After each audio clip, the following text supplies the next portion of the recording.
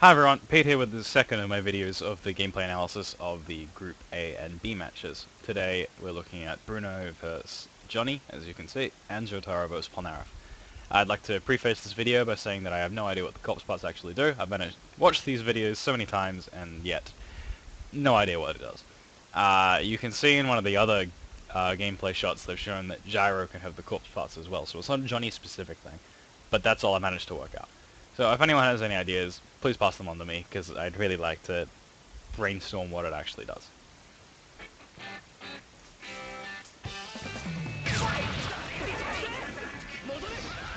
So, as you can see here, Johnny blocked on the horse. It's not really that surprising, but there was a theory that you wouldn't be able to block on the horse to make up for the fact that you go over some lows.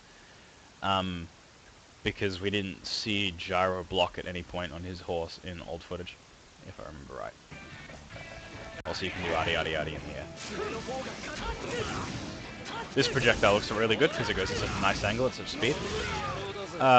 Just then, it was a wall bounce. I'm pretty sure it's the first wall bounce we've seen in All-Star Battle.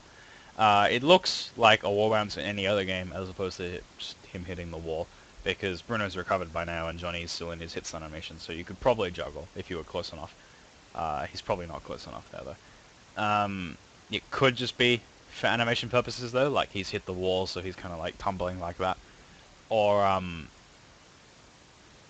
if you don't actually hit the physical wall, edge of the stage, then you won't bounce, which seems likely, given how it had that sort of effect on the actual stage wall.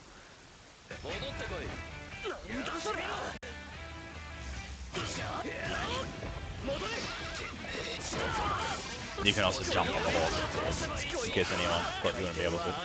Here we get Johnny's first heart heat attack, which leveled up Tusk to Act 2, and gave him his nail meter, as you can see here. He uses 1 nail per shot, which confirms my theory that heart heat attacks were how you leveled up Tusk.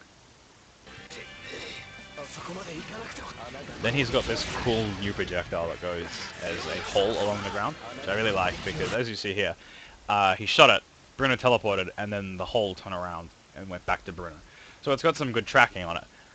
Whether or not it tracks sidesteps is a different thing, because we see later on Bruno sidesteps it, but it might have just been because the hole had already stopped at that point. It's hard to tell. But either way, just tracking like that already is really quite nice. Now he's drinking some herb tea, and it makes his nails glow. When I first translated Johnny's move list, I thought that the herbal tea would be how you regenerated the nails, because if I remember right, that's what the herbal tea did in Still We're Wrong. But it just seems to be some sort of power-up, because you still lose nails while you're shooting, and you don't regenerate any nails at the end of it. So, it just looks like a buff.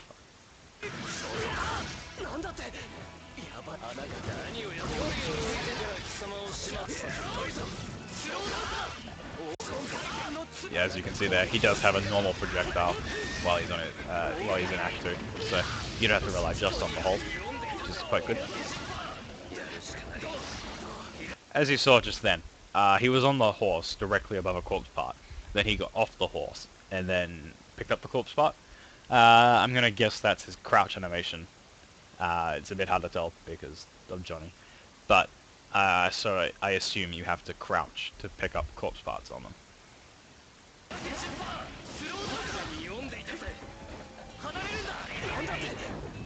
And then you lose them if you get hit, I guess. He didn't take that much damage from it, so I guess it just has to be if you get hit.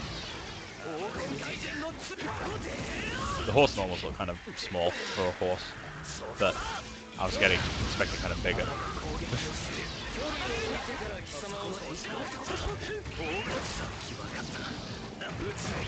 And here we get taking him up to Act 3. It didn't actually use his last nail, which leads me to believe that the hardy attacks don't use nails. But yeah, I didn't really expect them to. So he's used his last nail now, and he's all out. And as you can see, he started regenerating them now, with the white meter going up them. So not related to the hub tea at all. But what this means is that you're basically guaranteed some downtime. There's no way to refill your bullets after a knockdown or anything. You're stuck with downtime once you've shot all 10, which will lead to some interesting gameplay decisions, I imagine.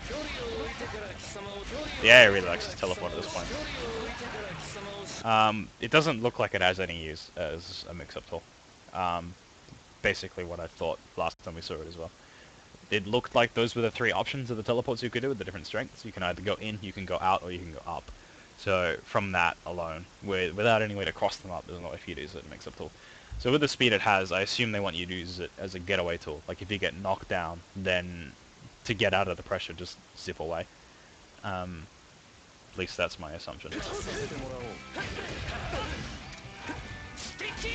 Now we get a 16-second long cinematic of Adi Adi Adi. My thoughts towards this are basically that if it was a hard hit attack, I'd be horrified. But since it's a great hit attack, which takes 2 bars in a game where you can do so much with half a bar, I'm not really that worried because you won't see it that much, and it looks really, really, really cool. If it didn't look quite as cool for 16 seconds, I'd also be disappointed. But 16 seconds and cool for 2 bars is quite okay. At the end here, I thought that that charge the horse just did had some sort of invincibility, but it seems that he actually has armor while he's getting on the horse, because he did that white flash that other characters have done while they're armoring a move. So it looks like he just armored Bruno's standing light and then charged through the standing medium. Though that isn't to say that this charge couldn't have invincibility, it's just that you can't really judge it from just that. Did look quite neat that he has armor while getting on, actually. I'm not sure if that's going to have any real uses, but like that just then, if he did actually punish the stand medium, and it's not something that you can hit confirm, like you can't, if you're doing a magic series, you can't stand light, wait to see if it got armor and stand medium, then that could be a really strong footsies tool, because you could get on and then punish the beginning of the magic series.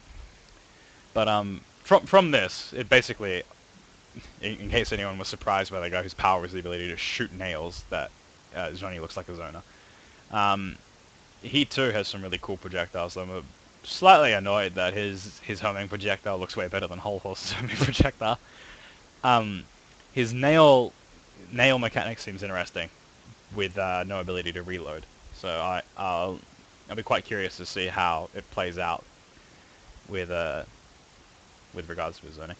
Bruno looks very rushdowny because his forward dash is really fast, and his moves that go further than normal, like the Sagat, they look quite slow. So it looks like they obviously want you to get in and then adi adi adi and then do something with that. From what I've seen, he doesn't really seem to have any mix-up tools, so you just kind of have to pressure, I guess, until your opponent gets bored and presses the button. And once they do, you can wall bounce them, I guess, for damage. Moving along, we have... There. I should have been doing that while talking, sorry. We have Jotaro vs. Polnareff, 2 active stand users. So most people are probably going to be fairly familiar with these guys in general, because of their presence in Heritage for the Future. Expect a lot of auto in this match. Not much to say about it that I didn't say about Mudamuda, to be honest. Just then, Polnareff shot his sword, like the super from Heritage, but without the bouncing. It looks like a really bad projectile, to be honest, but it's kind of to be expected because Polnareff, just by design, seems like he's going to be a rushdown character, and you don't really want to give rushdown characters projectiles they can use as zoning tools, because then they end up too good at doing too many different things. So that looks kind of like something you could use in a pinch at a long distance. Or maybe as a long distance tool after one of his pokes you could fire with the sword for a frame trap or something. This million stab as well. It doesn't look like it has the same uses as the other orders, because he's used to it while he's not in stand mode, as you can see, because Silver Chariot disappeared. And it starts off with that sweep and then goes into million stab. But because he's kind of standing there posing while it's happening, he doesn't really get any pressure off it, unlike when other characters have been auto. But if he can do it while in stand mode as well, then he could stand rush off it and desync, like other characters can do. So obviously we're not going to be seeing any stand rushing from the AI, so hard to tell. Just then, that was Starfinger, obviously. AI seems to want to charge it in all the matches. I don't think it gets it off once. I'm not sure if that means you have to charge it, or if the AI is just bad. Gonna go with the AI is just bad. Seems to be the good default option so far.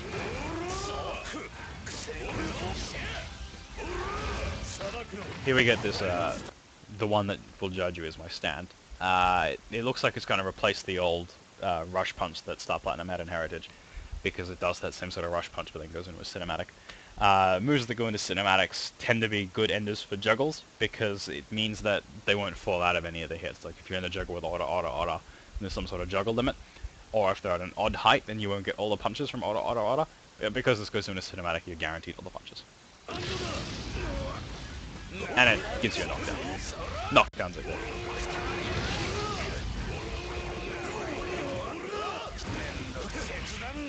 That move doesn't have a name down here because you still got stand on or off.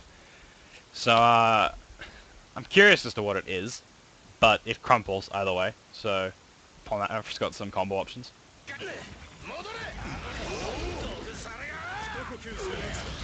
Then we get this breathe-in move from Star Platinum. Some games you have moves that just have a win box and don't have any damage on them or anything. So if you pull someone in while they're doing a move, you'll just get hit.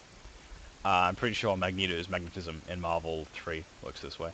But as you can see just then, it counter hit Polnareff, so you don't have to worry about pulling someone in and getting hit, even though he didn't pull Polnareff that far. So I'm a bit curious as to what its uses will be with them being pulled so short.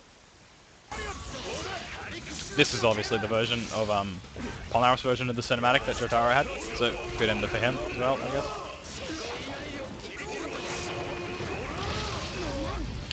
I don't know what this hazard does. I don't think it does anything on screen at any point in this match, so I'd like to see what it does though.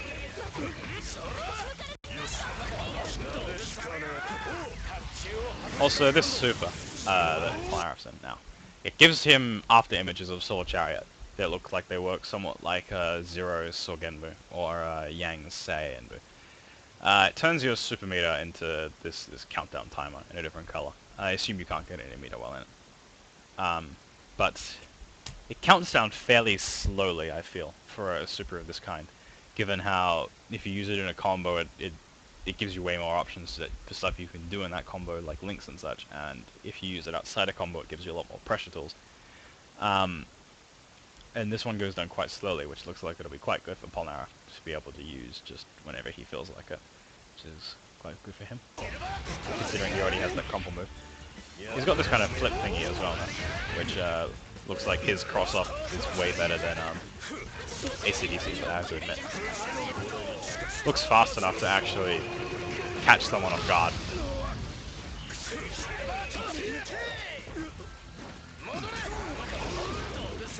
Just then, his the million stab thing, as you saw, didn't get sidestepped, which is quite good.